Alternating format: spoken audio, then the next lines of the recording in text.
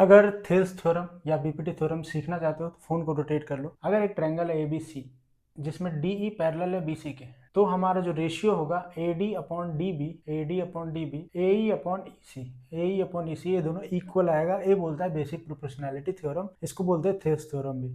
अब इसको हम लोग प्रूफ करते हैं। उससे पहले कुछ 3 रूल्स समझना होगा। पहला रूल बोलता है कि एरिया ऑफ ट्रायंगल होता है half into base into height. तो दूसरा रूल ये कहना चाहता है कि कोई भी ट्रायंगल है उसकी हाइट बाहर हो सकती है। तीसरा रूल है कि किसी पैरेलल लाइन के बीच में अगर सेम बेस हो तो इन दोनों का एरिया हमेशा इक्वल आएगा। तीनों रूल याद रखना। तो इस थ्योरम को प्रूव करने के लिए कुछ कंस्ट्रक्शन करना पड़ेगा। तो एनी परपेंडिकुलर ड्रॉ करना होगा ए बी पे। तो ए ई है, यहाँ से अगर हम लोग यहाँ पे एन परपेंडिकुलर ड्रॉ करते हैं ए बी पे, पूरा ए बी पे, और दूसरे साइड हम लोग इधर एम ड्रॉ करते हैं ए सी पे, पूरा ए सी पे, और ज्वाइन कर देते हैं बी और सी डी को। कंस्ट्रक्शन के बाद जो हम लोग पहला रूल पढ़े थे, area of triangle half into base into height, उसको हम लोग लगाएंगे इन 4 ट्रायंगल में। अब इन चारों ट्रायंगल को समझ लेते हैं कि इसमें कहाँ कहाँ है। पहला है ए डी ई, ये वाला ट्रायंगल, बी डी ई मतलब ये वाला ट्रायंगल, फिर वापस से ए डी ई ट्रायंगल। अब ऐसा क्यों कर रहे हैं? क्योंकि जब हम लोग इस साइड करेंगे तो बेस हमारा ये दोनों रहेगा, जब इस साइड से लेंगे तो बेस हमारा ये दोनों हो जाएगा, तभी प्रूव होगा। चौथा ट्रायंगल है सी डी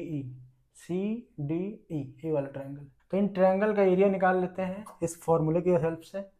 तो पहला ट्रायंगल है जिसका फॉर्मूला हो जाएगा हाफ इंटू बेस हमारा क्या है ए डी, और हाइट है एन ई।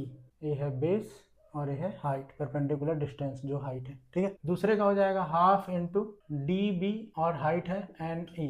अगर नहीं समझ में आ रहा है तो ये पहले का बेस दूसरे का बेस, पहले का बेस दूसरे का बेस। हाइट हमेशा सेम रहेगा एन ई, क्योंकि हम लोग दूसरा रूल पढ़े थे कि ट्रायंगल के बाहर भी हाइट हो सकता है। तो ये बी डी ई जो ट्रायंगल है इसके बाहर भी हाइट हो सकता है एन ई, तो यहाँ पे हम लोग अप्लाई किए। तीसरा वैसे ही अप्लाई करेंगे। अब इस साइड से लेंगे तो बेस हमारा ए ही हो जाएगा, ये देखो थर्ड वाला। चौथा जो ट्रायंगल है उसका बेस हमारा हो जाएगा ई सी, ये रहा ई सी, और इसका भी हाइट ट्रायंगल के बाहर है जो कि है डी एम डी। जब हम लोग इक्वेशन 1 और 2 को डिवाइड करेंगे तो कुछ ऐसा मिलेगा A D upon D B, क्योंकि एन ई से एन ई और हाफ से हाफ कैंसिल हो जाएगा।